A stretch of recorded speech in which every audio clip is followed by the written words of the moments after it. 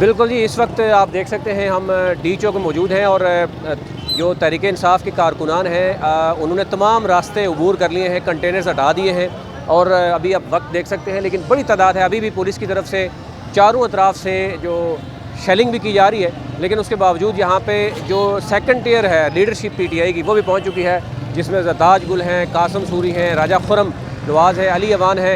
ये जो लोकल यहाँ की लीडरशिप है वो भी पहुँच चुकी है और अब जो बाकी जो सेकंड टियर लीडरशिप है वो भी यहाँ पहुँच रही है और बड़ी तादाद है। अगर आपको कैमरामैन दिखाए कि इस तरफ पूरा ब्लू एरिया जो है वो हमें नज़र आ रहा है कि एक्सप्रेस वे भी ओपन कर दिया गया और बाकी जो साइड एरिया से कंटेनर हटाए जा रहे हैं और बड़ी तादाद इस वक्त पीटीआई के जो कारकुनान हैं यहाँ पहुँच चुके हैं। और अभी तक हम देख रहे हैं कि इस तरफ से जो डी चौक में शेलिंग अभी तक पुलिस की तरफ से जारी है और जब शेलिंग होती है तो डेफिनेटली वो जो कारकुनान है उनको भागना पड़ता है, अपने आप को बचाना पड़ता है।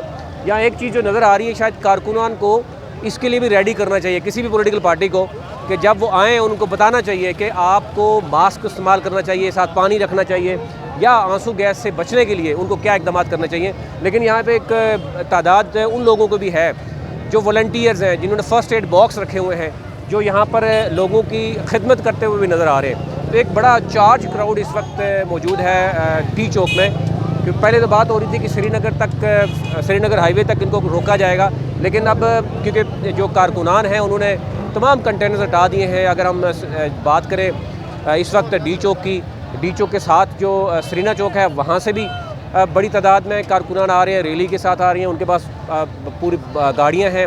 कश्मीर से जो वफद था वो भी पहुँच चुका है और लोकल जितना भी है हज़ारा से और बाकी एरिया से पहुँच चुके हैं। तो ये थोड़ी देर बाद लग यही रहा है कि तमाम जो बड़ी लीडरशिप है वो भी पहुँच जाएगी सेकंड टियर के साथ साथ। और अब पुलिस जो है वो मुकम्मल तौर पर यहाँ पर हमें नज़र आती है कि बैक फुट पे चली गई है। किसी वक्त भी वो आकर शेलिंग करते हैं और एक भगदड़ सी तो हमें नज़र आती है यहाँ पर। लेकिन अब आस्ता से हम देख रहे हैं कि ख़वातीन की तादाद भी यहाँ, बच्चों की तादाद भी, बुज़ुर्गों की तादाद भी बढ़ती हुई नज़र आ रही है, क्योंकि जब यहाँ पर कारकुनान पहुँच चुके हैं तो एक भी जो इनका मामला था कि उसके बाद फैमिलीज़ भी आना शुरू हो जाएंगी। तो अब हम देख रहे हैं कि पुलिस बैक पे चली गई है और अब फर्स्ट टियर जो है वो लीडरशिप की आएगी।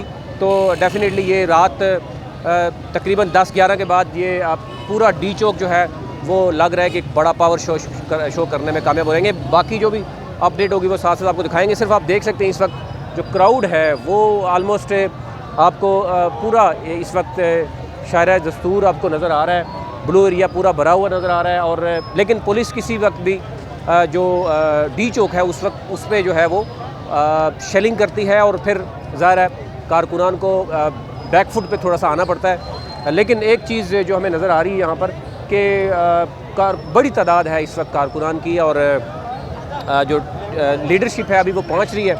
यहाँ पर थोड़ा सा सांस लेने में मुश्किलात इसलिए हो रही है कि आंसू गैस यहाँ अभी तक मौजूद है, बार बार हमने देख रहे हैं कि यहाँ पे हो रही है। लेकिन कारकुनान की हिम्मत को देखना होगा कि यहाँ पर लीडरशिप के बगैर भी बड़ी तादाद कारकुनान की पहुँची है, अपने यानी अपनी मदद आपके तहत पहुँची है। एक वो जो चीज़ मिथ थी कि जनाब जब तक बिरयानी नहीं खिलाई जाएगी, जब तक पैसे नहीं दिए जाएंगे, वो चीज़ यहाँ टूटती हुई नज़र आ रही है। और इसमें दूसरी राय नहीं है कि जो एक चीज़ नज़र आ रही थी कि अगर कारकुनान को रोकने की कोशिश की गई तो ये जो आज़ादी का मार्च है ये इनकलाब में तब्दील हो सकता है। इसमें बिल्कुल दूसरी राय नहीं थी कि जिस तरीके से हमने देख रहे हैं यहाँ पे नौजवान, पढ़े लिखे नौजवान हैं, वो नौजवान हैं जो समझते हैं कि इमरान खान जो इस वक्त काज लेके निकला है वो वाकई खुददारी की बात करता है। अब देखना ये होगा कि जो फर्स्ट आएगी वो उसके बाद यहाँ पर क्या मामला होगा, जो अपडेट होगी वो आपको जो है वो बताते रहेंगे। बहुत शुक्रिया।